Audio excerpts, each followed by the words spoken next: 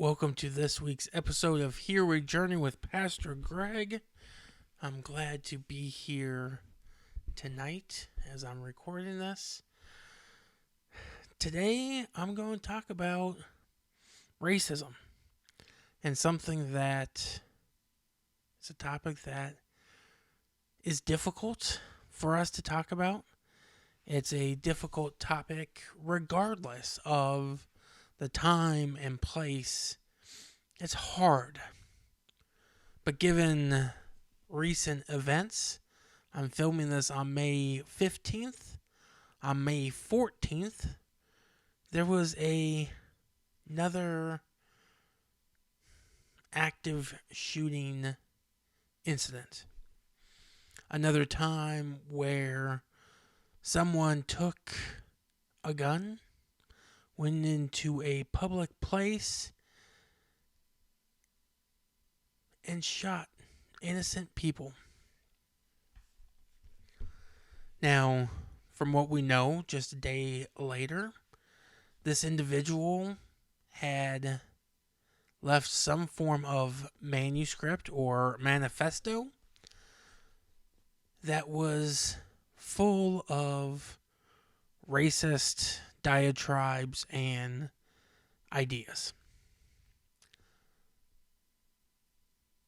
Last night when I was driving to get a little alone time out of the house, I was listening to NPR. And NPR had a guest on who had basically studied every episode of a certain talking head. I don't want to say news reporter because I don't think that's what he is. But this person had gone through and looked at terms and ideas and things that this very prominent figure on a certain 24-hour news cycle channel has said. And found that before this particular person started saying certain terms, specific terms, as well as certain ideas, they were only found in white supremacist, neo-Nazi, extreme right rhetoric until this person said them. And then they started to gain a little bit of national acceptance. Some of the ideas, some of the concerns that this talking head has brought up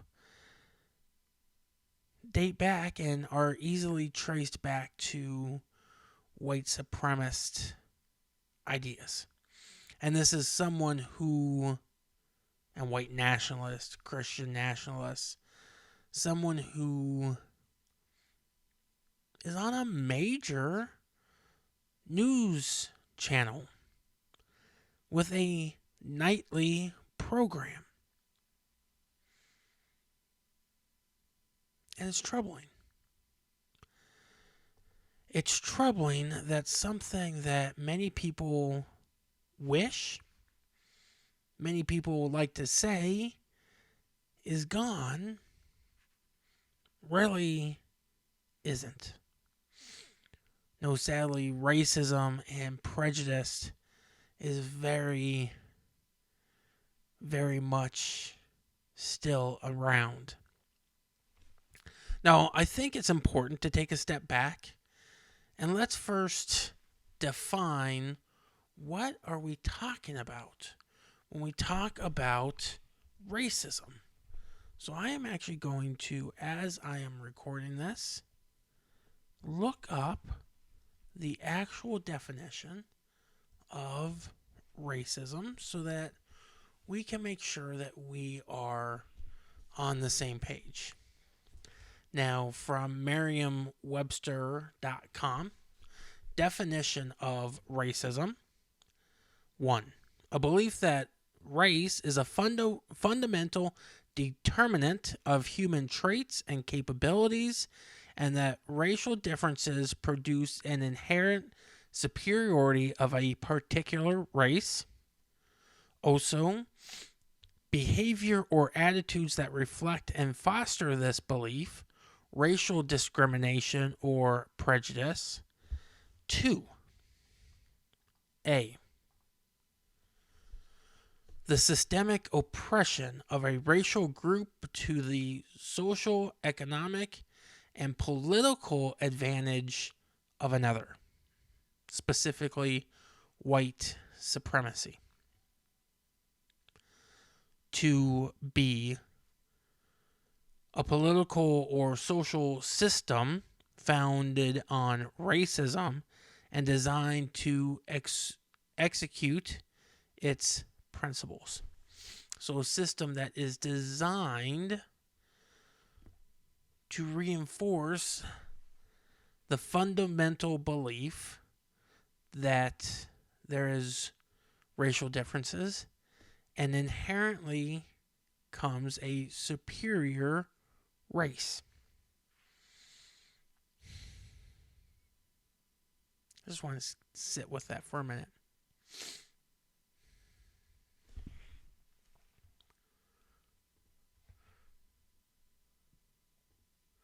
Racism is hard.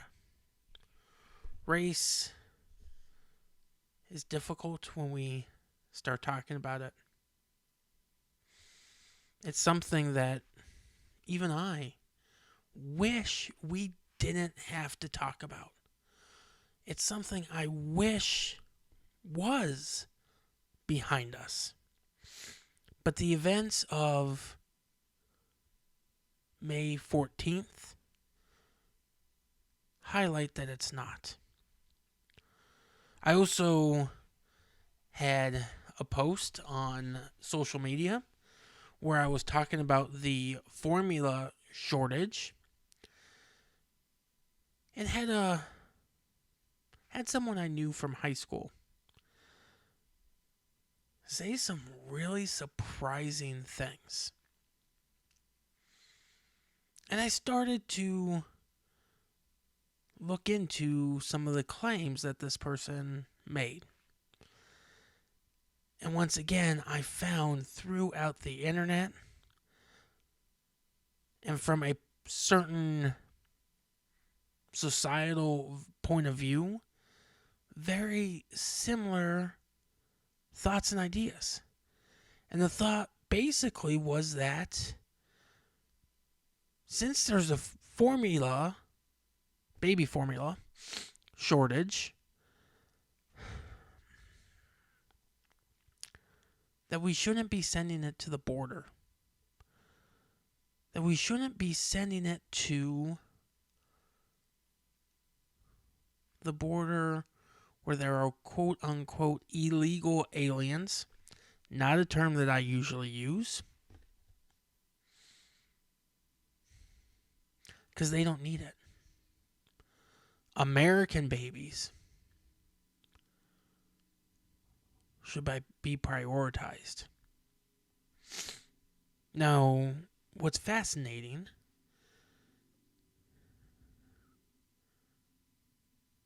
is that I know some of the people that share this point of view are the same that are saying that they are saving babies when they are actively working against female reproductive health issues. Because we need to save the babies. Just not the babies on the border. Just not the brown and black babies. So remember, we also have a tendency when it comes to, or some have a tendency when it comes to quote unquote illegals, to say that food and water should not be left in the desert. It only encourages those people.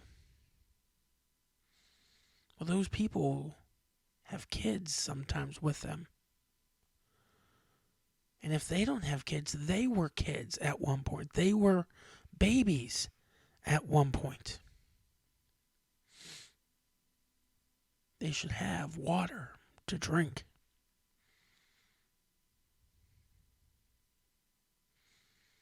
Racism, my friends, is sadly alive and well. I had a friend who's also a pastor and a little bit of a troublemaker. He once put on social media a number of years ago, "My name is blank and I am a racist." And when he first put that, I was caught off guard. And I wanted to type in the comments like, no, get him off, let him off the hook. Tell him that he's not. I mean, this man is someone who is actively working to help bring about more equality and equity and justice. But now, I think I understand what he was saying. Is that there is racism. Like, there's the white supremacists, there's the neo-Nazis, there's the Aryan nations, there's those types of groups that we can all identify, and we know what they stand for. And that's what we usually equate racist or racism with.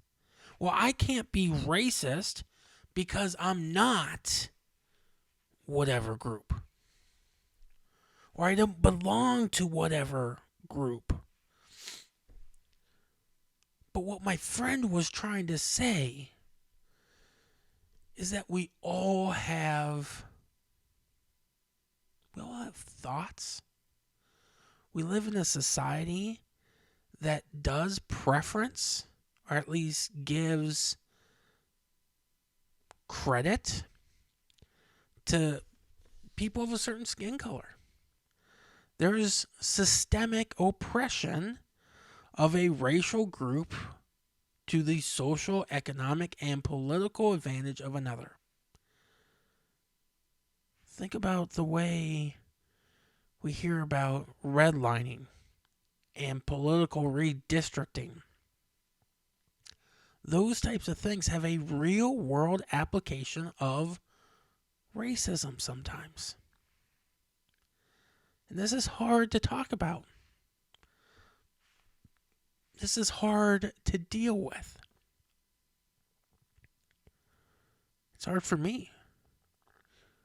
It's hard for me to often look back at some of the things I've said or done, or even some of the music that I have listened to, and look at them with new eyes. Look at it with a new perspective. Look at it at least trying to understand the role that racism plays through our society. Looking at the historical context of racism and why some institutions were created solely to keep a certain group of people in chains. We can get into a lot of that stuff, and it would be a really long podcast. There's great resources out there, one of which I've recommended before. The New Jim Crow. It's a thick book. It's a hard book to read. It's dense, but it's powerful. White Fragility is another great book that is really challenging. The same author that wrote White Fragility wrote a book specifically about white liberals / progressives, which that's the group I'm in, personally.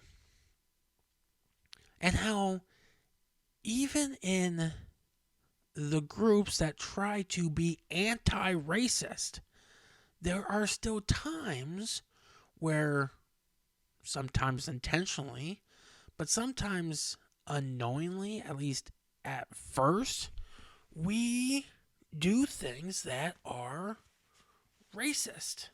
We say things or act in a way that is racist. Again, this makes us uncomfortable because if we say neither side is doing it right, what's the point? Where's the hope? Why are we even trying? And that's a question that we have to wrestle with. And I think the answer to that is that I do believe and I have hope that we can do better. And we can be better. And we can truly live into the words that all people are created equal. We can live into the calling that we have to love one another.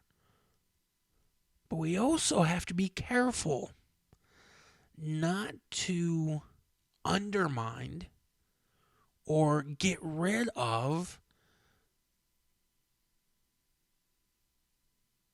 the value of these different backgrounds. See, there's a lot to kind of deal with when we talk about racism. There's the, okay, it's still happening and still causing violence and still the cycle is still working and the system is still at play and is having a certain impact on black and brown bodies and communities. There's also the, okay, how can we not be racist while also looking at the beauty that comes from different communities and valuing them. I think there's the key is value them and appreciate them and make it so that it's not some sort of peep show, some sort of, we like it when it's in our terms, in our place, but instead say, this is a beautiful thing. And it's just as valid as whatever cultural appreciation that we do.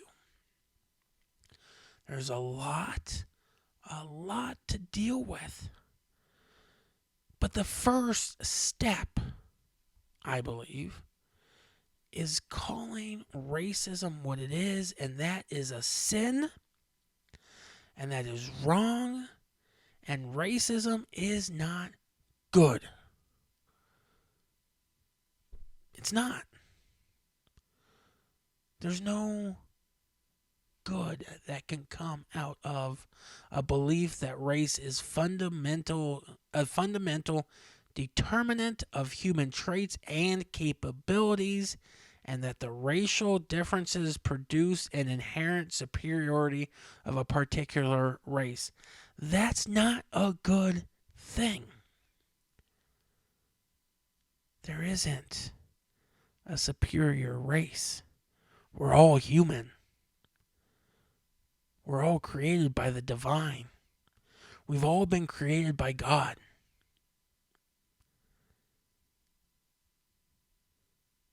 We're all equal. We're all brothers and sisters and siblings. Sorry, that was very binary language. There's also no good that comes from a systemic oppression of a racial group to the societal, economic, and political advantage of another. It's not good to keep certain races, ethnicities, lower than others. There's no value in that. That's certainly not how I believe God looks at us as a pastor. And we even see in the scriptures that there are times where race, ethnicity comes into play. If you're a member of a denomination that follows the Revised Common Lectionary on May 15th, this Sunday, today when I'm recording this, there was a reading out of Acts where Paul is called in front of some of the elders and is questioned why he's doing work amongst the Gentiles. Remember, at this time, the Gentiles are a specific group of people, ethnicity. So there's some racism going on. There's additional issues of this in like John's gospel where it said, there's a verse that says, can anything good come out of Nazareth? Of course, we know the answer because that's where Jesus comes from. But Nazareth was seen as a lowly town, and its inhabitants, the people from Nazareth, those people were seen as less than by others. Samaria is another example of that. The Samaritan woman at the well and Jesus' interaction with her. It's at that point where Jesus' ministry itself kind of opens up more to quote-unquote outsiders. Remember, this is where Jesus indirectly calls this woman a dog. In the Greek and the Hebrew, and understanding the cultural context of the time, there are some scholars that argue that this was a racial slur that Jesus uses in this story. So it's hard to deal with. The scriptures, the Bible, have been used and were used by slaveholders. They've been used by hate groups. Some of the white supremacist groups claim to be founded on Scripture. And they would say that they are upstanding Christians. Martin Luther's writings. I'm a Lutheran pastor. If you're watching this on YouTube, you see behind me a collection of some of Luther's writings. You see 2 statues of Martin Luther. I have a championship belt with the Lutheran rose on it. I'm a Lutheran. Luther wrote anti-Semitic writings, one of which called the Jews and their lies. Luther was anti-Semitic. And my denomination, thankfully, has taken steps to deal with that, to speak out against that, and say that Luther was wrong and offer an apology, because sadly, those writings of Martin Luther from 1517, they were used by a certain dictator in Germany to justify, to provide some religious backing. Even the national church at the time, some of those pastors and bishops fell in line and followed this dictator. Racism is still around, still having an impact. I remember in one of my seminary classes, a gentleman that was attending the seminary but was going towards ordination in a more Pentecostal tradition, said that there are times where he and his family still hear the rattle of the slave chains based on certain terms, ways people talk. We we need to be aware of this. We can't just dismiss that as, oh, that's being hypersensitive or that's being over dramatic or whatever. It's when he said that, you could hear a pin drop because he said it truthfully. He said it with an impact. It makes you have to step back and think. And this is hard work. But again, we have to start, or we have to continue somewhere. We have to continue and not stop saying that racism is wrong. And take action to address it. To address some of our own prejudices internally. To address some of the thoughts that may pop into our head at times. To address some of the assumptions that we may make about others based on how they look. And that's hard interpersonal work. That's hard work to constantly be examining these things within ourselves. And then to go out and try to proclaim and speak out against racism in society and where we see it. Y'all, I lived in a town where there still were recruitment flyers put out for a certain group. That's scary. To think there's still, and they quoted, there was Bible verses listed on there. And of course, there was the cross.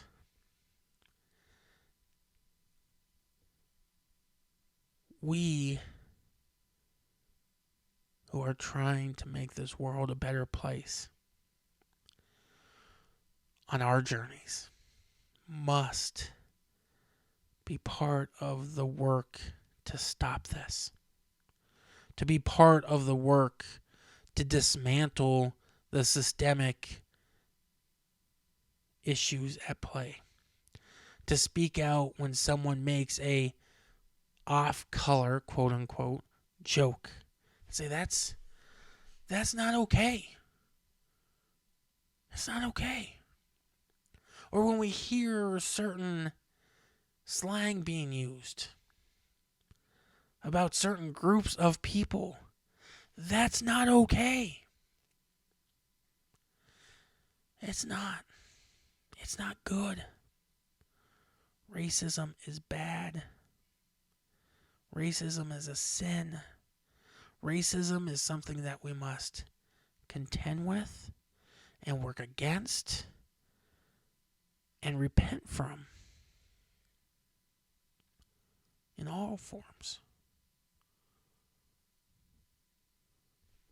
You know, normally I try to have this podcast be something that's uplifting, or at least something that gets us to think and maybe better ourselves. That's been my intent. Sometimes on our journey we have to do hard things. Sometimes on our journey we must confront things. We must confront racism. We must make it stop. It's not okay. It needs to go away. And we can't just pretend it's gone away because that does no good. No, we must do the work to make sure that it's done away with and goes away. And not just pretend that it has because it makes us uncomfortable. So here's my challenge for you this coming week. Take some time. maybe do some self-reflection. And when we maybe have some thought that could be seen as racist, acknowledge that. Oh, but Pastor Greg, I don't have the... It's not good to lie to a pastor. I think we've all had the thoughts that go through our mind, well, that are based purely on the fact of how someone looks. We must deal with that. If we don't deal with it, it will just continue. And if you're not ready for that part of the work yet, maybe your first step is to stop someone when they start to make a joke or a comment and say, that's not okay. You can't say that around me because it's not right. It's not okay. And that's hard. That's really hard.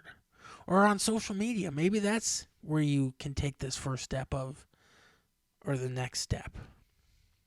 Maybe you've been doing this work already. Maybe you just need to recommit to that, because that's what I'm doing. I've done some work, but I have more work to do. Where's the good news? That's what we always ask as pastors when we try to preach. The good news is that I do believe that we can honestly stop this. That we can make racism a thing of the past. That we can act in a way and speak out and say, that's not okay, that's not accepted here, and you need to stop or go somewhere else. And make it so that anyone who is racist, those white supremacists, don't feel comfortable anymore. And go back. Oh. I stopped myself because I was going to say some unkind things.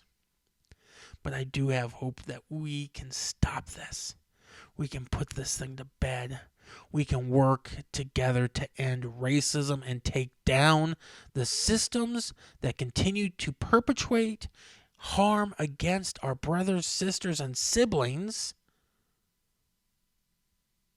and elevate one class or one race of people over another. We can do it. I believe we can. I have hope that we can. That's the good news, and that we're not doing it by ourselves. I believe that God is a God that's calling us down this road to finally live into being the human family that we are.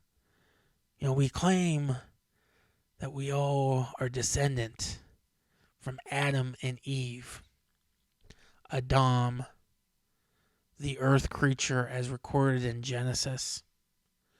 We all have this starting point together.